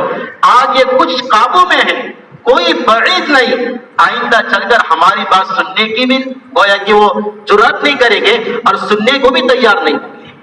ابھی تو سن رہے ماشاءاللہ، وہ جذبہ ہے، کوئی کیپیسٹی ہے، سن رہے، لیکن عنقریب وہ دور آنے والا ہے، اللہ نہ کرے، نہ لائے کہ ہماری بات بھی نہ سنے، ہم سے قریب بھی نہ آئے، تو موقع ہے کہ ہمارے پاس۔ تو اسٹوڈنٹ کی اصلی علوم کے جو طلبہ عظام ہیں ان کو متوجہ کرایا، چھٹیوں کے موقع پر اور مہینے کے جو 24 گھنٹے ہیں اس کو گویا کہ حضرت نے اس کی اجازت دی۔ اسی طرح ایک بات یہ آئی، جو طالبات ہیں عصری علوم حاصل کرنے والی، ان پر بھی محنت کی بہت ضرورت ہے، بہت ضرورت ہے۔ ہاں، چونکہ جس میں ارتداد جس طبقے میں زیادہ ہے وہ یہ مستورات کا طبقہ ہے، اور جس طبقے میں محنت کی کمی ہوگی باطل اس سے اپنا شکار ضرور بنائے گا۔ ان میں ارتداد زیادہ ہے۔ دنیا کے لیے دین کا سودا کر لینا، دنیا کے لیے ایمان سے ہاتھ دھو دینا، یہ مزاج بن رہا۔ ایکٹروں کو دیکھ کر، پلیئروں کو دیکھ کر اور دیگر فاسقوں کو دیکھ کر جو یہ کہتے ہیں اسلام میں اور ہمارے نکاح میں کوئی تفریق نہیں، کوئی کس سے بھی نکاح کر سکتا ہے، مسلمان دوسرے سے بھی کر سکتا ہے اور کسی کو بھی اپنے نکاح میں لا سکتا ہے۔ جو ایکٹروں کا یہ طریقہ ہے آج کل یہ نوجوانوں میں آ رہا ہے اور طالبات میں آ رہا ہے۔ اس لیے مفتی یعقوب صاحب نے جو آخری بات کر رہے تھے مستورات کے متعلق ایک بات کہی، مجھے اس سے یہ سمجھ میں آ جو آپ سمجھ جائیں گے۔ حضرت نے کہا کہ بے دینی کی سطح یہ بڑھ گئی، جن علاقوں میں علمی اور دینی ماحول ہے ان علاقوں کی خواتین بھی چھپ چھپا کر مندر میں جا رہی تھی۔ ہاں، ریکارڈ ہے حضرت کی بات، سن لینا آخری بات۔ جن علاقوں میں علمی اور دینی ماحول ہے ان علاقے کی مستورات بھی چھپ چھپا کر کہاں جا رہی؟ مندر جا رہی۔ آج ہی ایک صاحب جمعہ کے بعد میرے پاس آئے، اللہ کے گھر میں کہہ رہا، انہوں نے کہا میری بیٹیاں ابھی گزشتہ ایام میں جو برادران وطن کے پروگرام تھے وہاں پر شریک ہونے گئی تھی، اور جو ان کی مورتی رہتی اس کا دیدار اور زیارت کرنے گئی تھی۔ افسوس سے کہہ رہا تھا، اس کی آنکھوں میں آنسو آ گئے۔ میرے عزیز و بزرگوں دوستو، یہ ہمارا ماحول ہے، یہ شہر تبلیغ کا شہر کہلاتا ہے، یہ شہر دعوت کا شہر کہلاتا ہے۔ ہاں، یہاں بھی یہ عالم ہے، جہاں پر محنت کی کمی وہاں کے کیا حالات ہوں گے۔ اس لیے طالبات ان پر محنت کے لیے ایک ذمہ داری ڈالی گئی ہم پر، طالبات کو جو پڑھنے لکھنے والی خواتین ہیں ان کو روزانہ گھروں کی تعلیم میں شریک کرو اہتمام کے ساتھ۔ دوسری بات یہ کہی ہفتہ واری تعلیم میں اس کی ضرور کوشش کرو ہر پڑھنے لکھنے والی بچی شریک ہوا کرے. ہاں، بلکہ یہ کہا مولانا یوسف صاحب نے، اگر ہفتے کے ایام میں اسکول اور کالج کی وجہ سے ان کا اجتماعی تعلیم میں شریک ہونا ناگزیر ہو، مشکل ہو جائے، تو کہا کہ اپنی اجتماعی تعلیم اتوار کو کرو. ہاں، اسی بات میں اپنی تعلیم کب کر لو تاکہ طالبات جو ہے لڑکیاں وہ کیا ہوتے نوجوان شریک ہو جائے. سمجھے؟ پابندی کے ساتھ ان کو شریک کرو. تعلیم کے اجتماعی کارگزاری کی جائے. تعلیم میں جو اجتماعی تعلیم ہو رہی ہے نا، صرف یا تو عمر دراز خواتین آ رہی یا ادھیڑ عمر متوسط عمر والی خواتین آ رہی. نوجوان لڑکیاں تعلیم سے بالکل غائب ہیں، الا ماشاءاللہ جہاں پر ہے. بلکہ کارگزاری تو یہ ہے، نوجوان لڑکیاں میت میں بھی نہیں جا رہی، ڈر رہی بھائی نہیں میت میں نہیں جاتی. مستورات وہ تو مردوں میں نہیں ہے، جو پردہ زندہ پن میں وہی مرنے کے بعد بھی ہے، لیکن مستورات کے میت میں نہیں جا رہی. غسل کرانے کی نوبت آ رہی کسی مردہ خاتون کو، یہ خواتین ڈر رہی. وجہ کیا ہے؟ سارا دنیا کا گویا کہ ایک تھر پڑا ہوا ہے. اور تیسری بات یہ کہی، جیسے اسٹوڈنٹ کے ہاسٹل ہے وہاں پر محنت کی ہم ترتیب بناتے، اسی طرح طالبات مسلم لڑکیوں کے جو ہاسٹل ہے وہاں پر بھی محنت کی ترتیب بنائی جائے. وہاں پر محنت کی ترتیب بنائی جائے کہ وہاں پر اجتماعی تعلیم کا نظام قائم. اور اگر فی الفور قائم نہیں ہوتا، محلے کی جس علاقے میں جس جگہ وہ ہاسٹل پڑتا ہے مسلم گرلز کا، لڑکیوں کا، محلے کی 2 یا 1 مضبوط خاتون اپنے محرم کے ساتھ مہینے میں 1 یا 2 بار وہاں جائے اور ان سے دین مذاکرہ کرے، ان کی تعلیم کرے. سمجھے؟ یہ بات کہی گئی مسلم طالبات کے تعلق سے، چونکہ ہمیں انہیں اپنے کام کا عنوان بنانا ہے، عنوان نہیں ہے. اس لیے تو اب کیا ہوا، عشرے میں یہ فرمایا 2 نوجوان لڑکیاں چل سکتی ہیں. 2 نوجوان جس کے 3 مرتبہ سیروسہ لگ گئے ہو. اسی طرح سیروسہ میں 2 کنواری لڑکیاں اپنی ماں کے ساتھ، کس کے ساتھ؟ کنواری بچی صرف ماں کے ساتھ جائیں گی. یہ ماں کے ساتھ 2 کی اجازت دی تھی، حالات کو دیکھ کر 7 مستورات بھی ہو سکتے ہیں. آئی بات سمجھنے؟ اس لیے اپنی گھر کی بچیوں کو، محلے پڑوس اور حلقے کی بچیوں کو ان کے محرم کی تشکیل کر کے ماں کے ساتھ اللہ کے راستے میں نکالو. چھٹیاں ہیں دیوالی کی اور ویکیشن، یہ جو تعطیلات ہیں، اس میں ہر بچی کے کم سے کم 6 روزہ لگ جائے.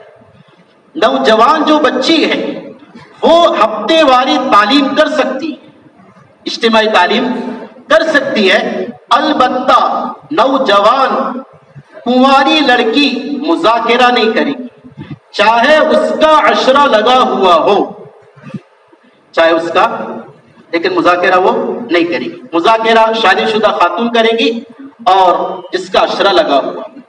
اجتماعی تعلیم کے باب میں یہ کہا، اجتماعی تعلیم 20 سے 25 مکانات کے درمیان ہو اور اس کے اطراف میں تقریباً 2 خاتون عشرہ لگائی ہوئی ہو تو اجتماعی تعلیم شروع کی جائے، تاکہ اگر ایک کو کوئی عذر ہو تو دوسرے شریک ہو جائے.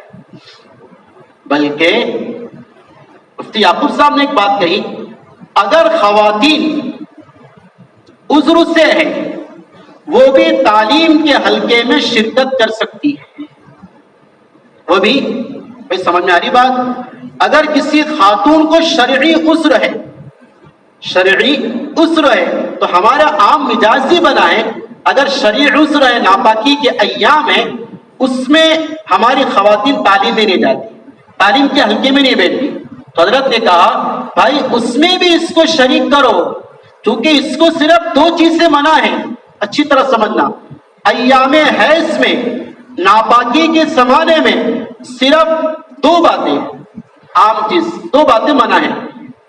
ایک تو وہ قرآن کی تلاوت نہیں کر سکتی، اسی طرح نماز نہیں پڑھ سکتی. یہ تو روزانہ کے ہے. ایک چیز جو سالانہ ہے روزہ وہ نہیں رکھ سکتی، اور ایک چیز ہے مسجد میں داخل نہیں ہو سکتی، اور ایک چیز ہے طواف نہیں کر سکتی. یہ تو چونکہ بہت کم پیش آتا ہے، دو چیزیں روزانہ پیش آتی ہیں، صرف دو کام ہے. ایک تو قرآن کی تلاوت نہیں ہے اور دوسرا ان کو نماز نہیں ہے.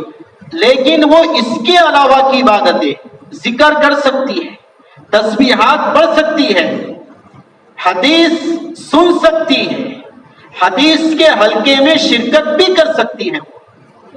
ہمارے بڑوں کی طرف سے مسورات کے کام کو مضبوط کرنے کے لیے اور اس میں دین کو زندہ کرنے کے لیے ایک بات یہ بھی کہی گئی، اگر کوئی خاتون حالت حمل میں ہے، اگر کوئی خاتون حالت حمل میں ہے تو توجہ سے سننا، اگر اس کے ایام محفوظہ ہیں، ایسے مہینے ہیں جس میں کوئی خطرہ نہیں ہوتا، حمل کے باب میں کوئی خطرہ نہیں ہوتا، ایسی خاتون بھی اللہ کے راستے میں جا سکتی ہے. ایسے خاتون بھی اللہ کے راستے میں جا سکتی، ایام محفوظہ میں کوئی شدید بیماری نہ ہو، محفوظ ایام ہو، چڑھنے اترنے میں کوئی پرابلم نہیں ہوتی ہو، ایسے ایام میں. یہ حضرت مفتی یعقوب صاحب نے کہا.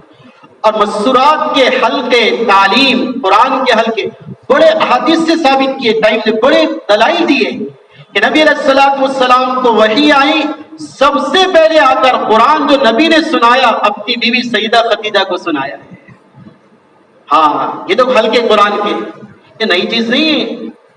ہاں تھوڑا سمجھنا پڑے گا، غور فکر کرنا پڑے گا کہ سب سے پہلے جو وحی آئی سیدہ خدیجہ کو نبی علیہ الصلوۃ والسلام نے سنایا، اور سنایا پھر استعداد یہ بنی کہ وہ خاتون نے نبی علیہ الصلوۃ والسلام کو تسلی دی. آپ کو گویا کہ یہ کہا آپ صلہ رحمی کرتے، بھوکوں کو کھانا کھلاتے، مذاکرہ ہوا نا گھر میں، عورتوں میں دینی استعداد اور جذبات پیدا ہوئے. امام بخاری رحمت اللہ علیہ کے حوالے سے کل مفتی یعقوب صاحب نے کہا کہ دیکھو امام بخاری نے ایک باب قائم کیا، باب العزت فی اللیل، باب العزت فی اللیل، رات میں دین کا حلقہ قائم کرنا اپنے گھر میں. اور اس پر حدیث لائے ام سلمہ رضی اللہ تعالی عنہا کی کہ نبی علیہ الصلوۃ والسلام ایک مرتبہ ام سلمہ رضی اللہ تعالی عنہا کے پاس سوئی ہوئی تھی، سجدہ کی باری تھی.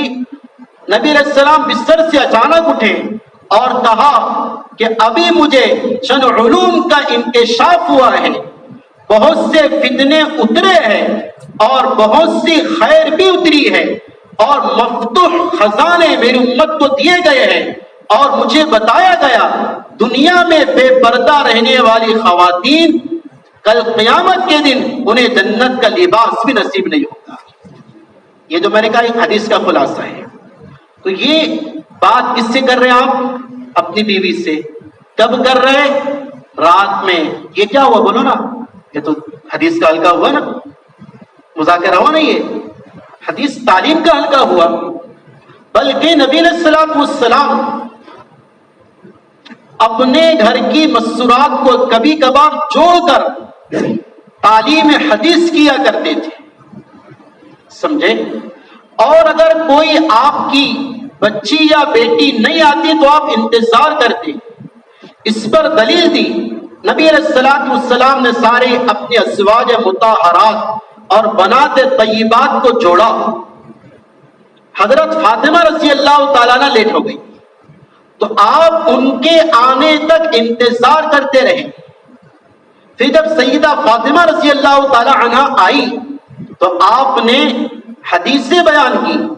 اس کے بعد حضرت فاطمہ کے قریب ہوئی بیٹی کے اور کان میں کہا جس سے وہ رونے لگی، پھر دوسری بات کان میں کہی جس سے وہ ہنسنے لگی. یہ کیا ہے؟ تو باپ کا بیٹی کو تعلیم دین، تعلیم حدیث، وہ گھر کے حدیث کے حلقے ہیں. وہی کیا ہے؟ گھر کے حدیث کے حلقے ہیں. اس میں نبی علیہ الصلوۃ والسلام نے جو وہ حلقہ لگا تھا اجتماعی، اپنے بیویوں کو تعلیم دی، تم میں سے میرے بعد، میری وفات کے بعد سب سے پہلے وہ خاتون مجھ سے ملے گی جس کے ہاتھ لمبے ہوں گے، جس کے ہاتھ کیا ہوں گے؟ لمبے ہوں گے.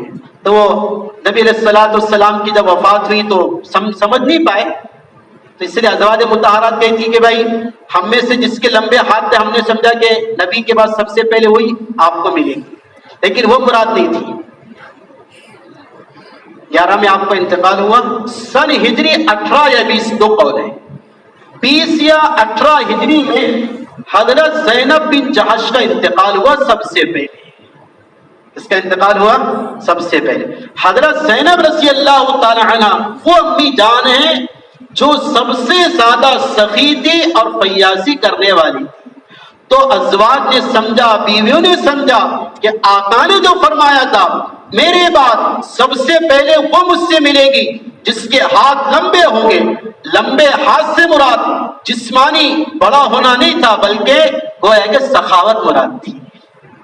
تو آپ کس کو سنا رہے ہیں؟ گھر کی مسورہ جمع کر کے ہفتے والی جو تعلیم ہے نا وہ آپ جوڑ کر. بلکہ مفتی صاحب نے ایک بات کہی، نبی علیہ الصلوۃ والسلام نے عید کی نماز پڑھائی، عید کی نماز پڑھائی، مردوں میں وعظ کے بعد فوراً آپ کہاں گئے؟ مسورات میں وعظ کرنے گئے اور ان کو تعلیم دی. حضرت بلال رضی اللہ تعالی عنہ ساتھ میں تھے. دیکھو اجتماعی بیان جو ہم کہتے ہیں اجتماعی تعلیم وہ ہے، بھائی سمجھ میں آ رہی نا بات؟ نبی بولے اپنی زبان سے تو ڈائریکٹ وہ حدیث ہوتی ہے. ہمارے سامنے جو کتاب ہے ڈائریکٹ نہیں ہے لیکن حدیث یہ نبی کا فرمان ہے، یہ بالواسطہ نبی کی گویا کے بات ہے. نبی علیہ السلام بولتے ہیں تو ایک دم سامنے موجود ہے. حدیث یہ نبی کے واسطے سے ہم تک پہنچی، یہ بھی نبی علیہ السلام کا کلام ہے. تو آپ نے صحابیات میں وعظ کیا، ان سے کہا میں نے جہنم میں تم سب کو زیادہ دیکھا ہے. وجہ بتائی، تم شوہر کی نافرمانی کرتی ہو اور تم غیبتیں کرتی ہو، چگلیاں کرتی ہو. یہ سن کر صحابیات بہت رونے لگی. ہاں پھر پوچھا کہ اس کا بچنے کا کفارہ کیا ہے، نجات کا طریقہ کیا ہے؟ تو آپ نے فرمایا کہ صدقہ کرو، صدقہ کرو، صدقہ کرو. حضرت بلال کہتے نبی سے جب صدقے کی ترغیب صحابہ نے سنی تو ہر ایک صحابیہ جو اس مجلس میں موجود تھی کسی نے اپنے گلے کا ہار نکال کر ڈال دیا، کسی نے کان کی بالی نکال کر ڈال دی، جس کے پاس جو تھا سب نکال کر ڈال دیا. ہاں ان میں لینے کا جذبہ ہے، مسکرات میں کیا ہے؟ ہاں لینے کا جذبہ ہے. وہ جلدی سے نرم دل کی ہوتی ہے، ان میں گویا کہ دین کے اعتبار سے دل پسند جلدی جاتا ہے. ایک تضرع اور ایک لجاجت ان کے مزاج میں ہوتی ہے. تو یہ اجتماعی تعلیم، انفرادی تعلیم، اس کے اعتبار سے مفتی صاحب نے یہ باتیں کہی. اس کے بعد جو بیرون کی کارگزاری آئی اس میں پہلے دن تو اندرون کی کارگزاری ہوئی، دوسرے دن بیرون کی ہوئی. حضرت خود تشریف لائے، بیرون کی کارگزاری. مفتی شہزاد صاحب نے کارگزاری سنائی، مفتی ریاست صاحب نے کارگزاری سنائی. مفتی شہزاد صاحب نے یورپ کی کارگزاری سنائی، مفتی ریاست صاحب نے بنگلہ دیش کی کارگزاری سنائی. بھائی یامین ممبئی والے انہوں نے امریکہ اور کینیڈا کی کارگزاری سنائی. حافظ اقبال صاحب انہوں نے افریقہ کی کارگزاری سنائی. بھائی یامین میرٹھ والے انہوں نے نیوزی لینڈ کی کارگزاری سنائی. اور عجیب کارگزاری نیوزی لینڈ کی، عجیب. کہا کہ 5 لوگوں کا طے ہوا تھا، اس میں سے 3 کو ویزا ملا صرف، تو 3 چلے گئے. ہوا ایسا کہ اس ملک کے اندر ایک پڑوس کے ساتھی تھے وہ ضم ہو گئے اور ایک بنگلہ دیش کے تھے وہ بھی ضم ہو گئے. اس طرح 5 نظام الدین کی نسبت والی جماعت وہاں پہنچی. عجیب حال ہے، عجیب حال ہے. حال یہ جو لوگ دنیا کمانے اس ملک میں گئے ان کا حال یہ ہے چند سال 4 یا 5 سال اگر وہ ماحول میں نہیں رہے، ماحول نہیں ملا، ایسا ہوتا ہے ان کے گھر میں عیسائی یا یہودی لڑکی آ جاتی ہے اور ان کی کنواری لڑکیاں غیروں کے حوالے ہو جاتی ہیں. ایک عرب کی کارگزاری سنائی، ایک ذمہ دار، ایک عرب جس کی عمر 55 سے 60 سال تھی. تو جمعہ کا دن تھا، ان کی جماعت کا کوئی ذمہ دار اس سے ملاقات کے لیے گیا. تو تشکیل کر رہے، اس کو سمجھا رہے. اس عرب نے کہ بھائی اسلام میں صرف جمعہ کی نماز ہی فرض ہے، جمعہ کے علاوہ کوئی فرض نہیں. عرب کہہ رہا، عرب ایک فرض ہے صرف جمعہ کا، باقی کوئی نہیں ہے. تو بھائی آمین کہنے لگے. بھائی جب تمہارا یہ خیال ہے کہ جمعہ صرف فرض ہے اسلام میں، تو تمہاری اولاد آ کر یہ کہے گی کہ اسلام میں جمعہ بھی فرض نہیں ہے.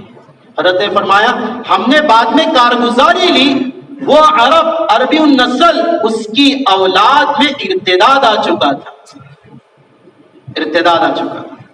ایک عرب سے ملاقات ہوئی، حضرت کہہ رہے تھے اس کے گھر پہ 2 بار ساتھی گئے ملاقات کے لیے.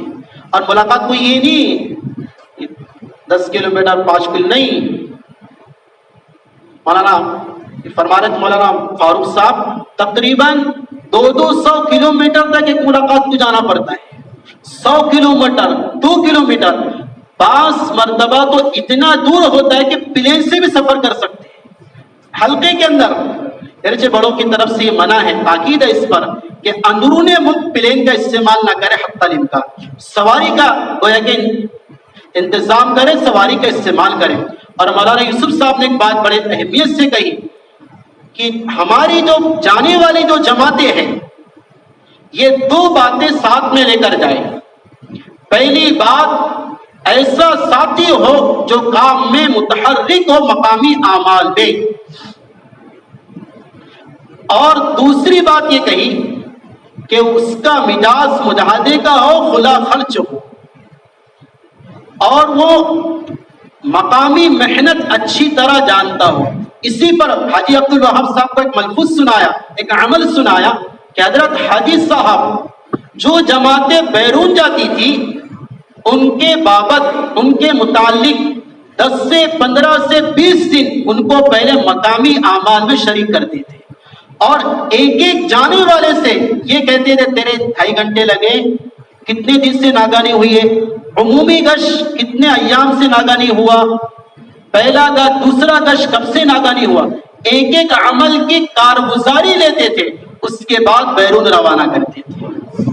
چونکہ لے کر جائیں گا تو کر کے آئے گا، خالی جائیں گا تو کام کو خراب کر کے آئے گا.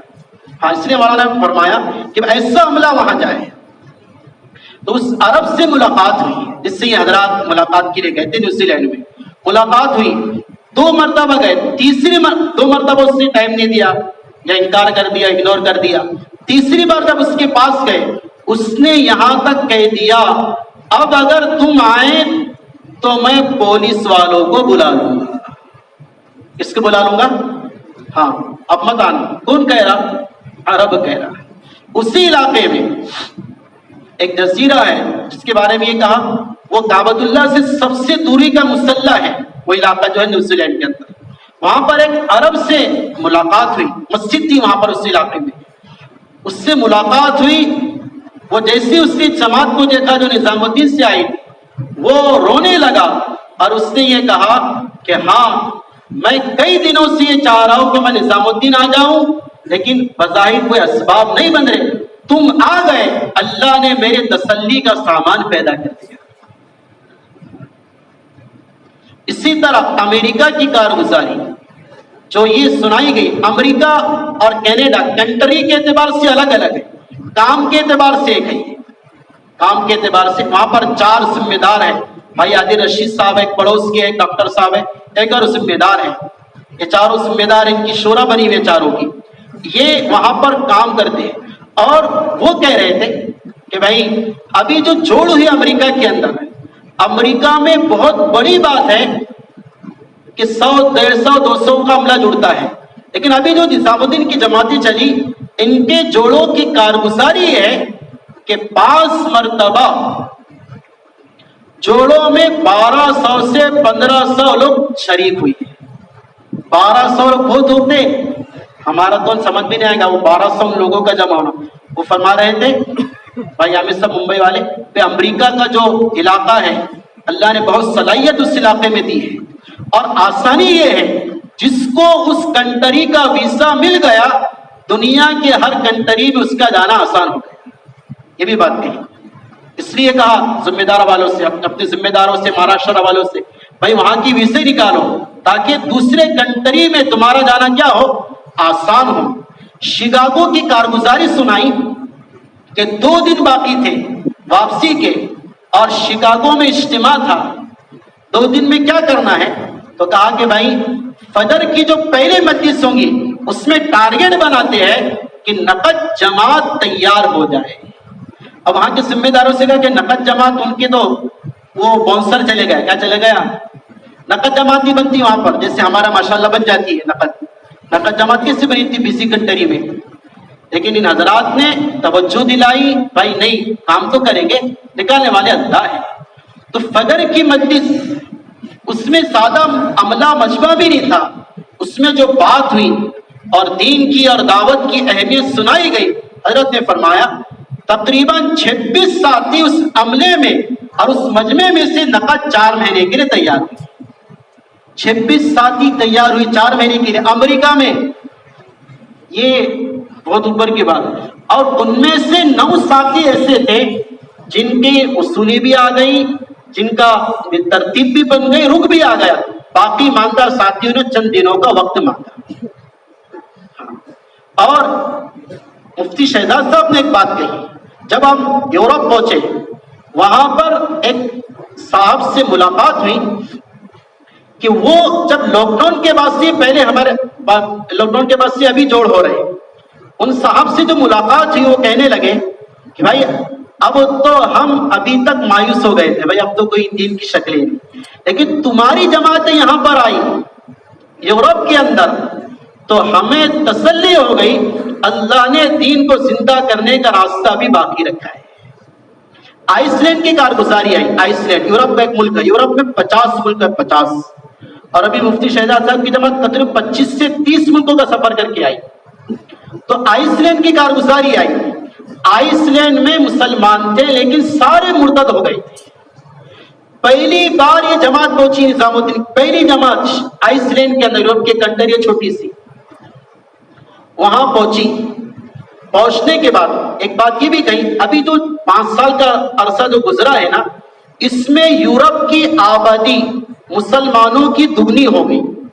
شرق سے غرب سے عرب وہاں پر آ کر سکونت اختیار کر گئے، یعنی انہوں نے نیشنلٹی وہاں کی حاصل کر لی.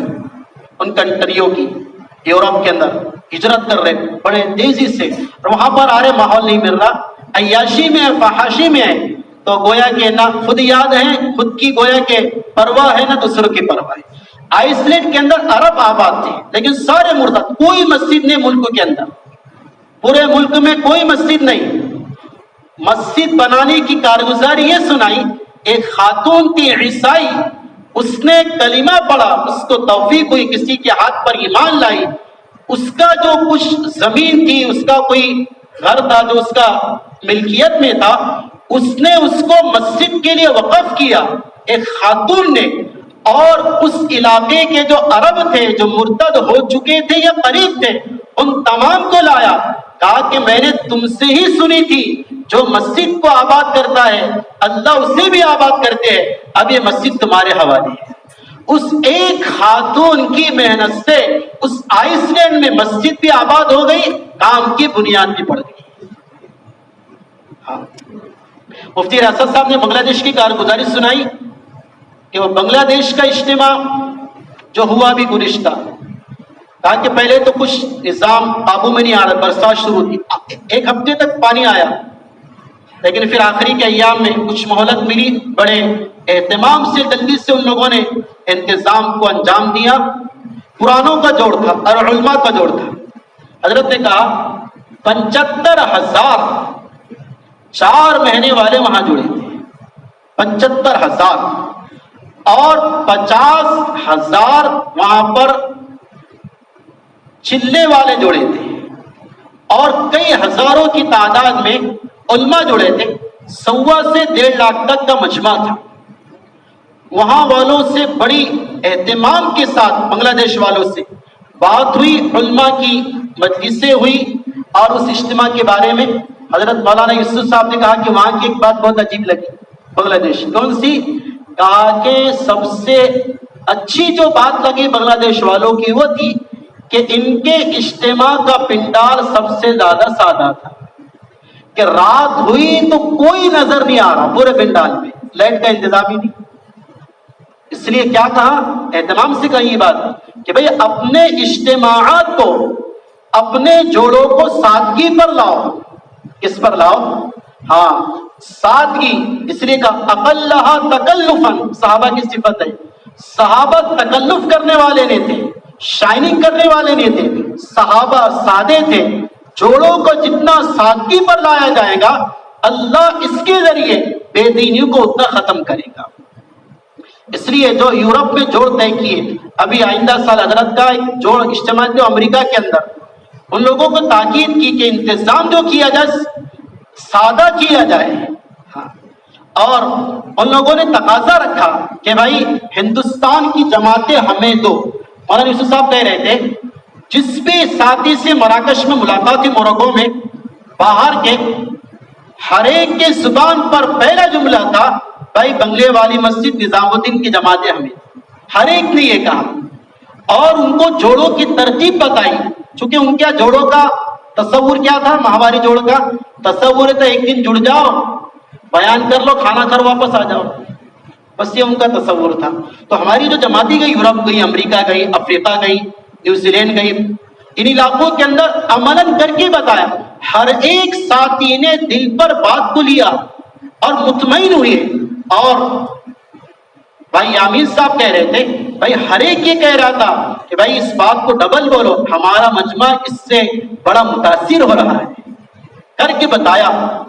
اس لیے گراؤنڈ ورک، ضمیری محنت وہاں پر ضرورت ہے ابھی، کھلے خرچ کے ساتھ، چونکہ بعض علاقے ایسے ہیں جہاں پر نہ نصرت ہے اور نہ کوئی انتظام ہے۔ استقبال، مولانا نے ایک بات کہی، ہماری جماعتوں کا مزاج بن گیا ایسے علاقوں میں بیرون جائے جہاں پر استقبال ہے، جہاں پر کیا ہے، استقبال والے علاقوں میں جاؤ، کہ نہیں ایسے علاقوں میں جاؤ جہاں پر تمہاری کوئی نصرت نہ ہو، کوئی کرام نہ ہو۔ ہاں چونکہ دیکھو عجیب بات، ہمارا کام کے اندر وقت بھی ہمارا مال گیا۔ موروکو میں جو اجتماع ہوا مراکش میں، مولانا یوسف صاحب کہہ رہے تھے وہاں پر اجتماع سے پہلے مولانا یوسف صاحب وغیرہ نے جب وہ ذمہ دار بیٹھے تھے، انہوں نے کہا یہاں پر آنے جانے کا جو نظام ہے ہم ہمارے خرچ سے اس کو لگانا چاہتے ہیں۔ ہر ایک نے اپنے پیسے دیا اور اجتماعی رقم جمع ہوئی اور وہ آنے جانے کے جو سفر ہوتے وہاں پر اس میں اسے استعمال کیا گیا۔ امریکہ یا افریقہ میں جو جوڑ ہوئے اور اندرون میں جو ان کے حلقوں کے اندر جانے کے لیے جس رقم کی درکار تھی، وہاں کے لوگوں نے کہا ہم ڈالر دے دیں، کہا کہ نہیں، ہمیں یہ کہہ کر بھیجا گیا جہاں تک ہو سکے جان بھی اپنا استعمال کرو، مال بھی اپنا استعمال کرو۔ اور امریکہ والے کہہ رہے تھے، جو جماعت وہاں پر ایک گئی، میوات کی جماعت گئی تھی 4 لاکھ خرچ کی ایک جماعت، تو وہ کہہ رہے تھے 4 لاکھ بھی کچھ بھی نہیں ہے اگر یہاں پر محنت کا ایک گروپ مل جائے تو 4 لاکھ بھی کچھ، چونکہ کھانا اپنا، فلیٹ اپنا، سواری اپنی، انتظام کوئی نہیں ہے۔ بعض علاقے ایسے ہیں، اور اگر کسی نے صحیح رخ پر محنت کی بنیاد ڈال دی تو اتنا رجوع ہے کہ ہم اس کو کہہ نہیں سکتے۔ حضرت مولانا فاروق صاحب کہہ رہے تھے اور ایک ذمہ دار کہہ رہے تھے، ایسا رجوع ہے لوگوں کا، لیکن کرنے والا چاہیے۔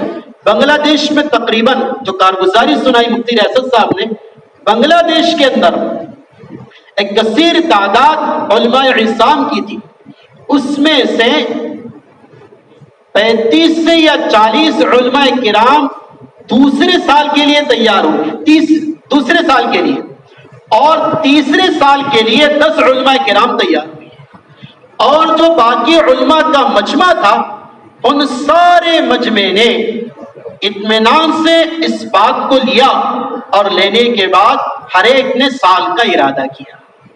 اور بزرگوں دوستوں، یہ بات کہی گئی ہمارے برار کے حلقے میں، اور ہمارے برار پر جو ابھی آئندہ جوڑ ہے، افریقہ کا سفر ہے 15 دسمبر سے 30 دسمبر پورا ان کا سفر ہے، چونکہ وہاں پر ایک بات تھی، جوڑ ہو جاتے تھے سفر نہیں ہوتے تھے، ان حضرات نے طے کیا کہ نظام الدین کی جماعت کے ساتھ ہمارے ملک کا سفر کریں، یہ طے بات. تو 15 سے 30 تک وہاں کا ہے.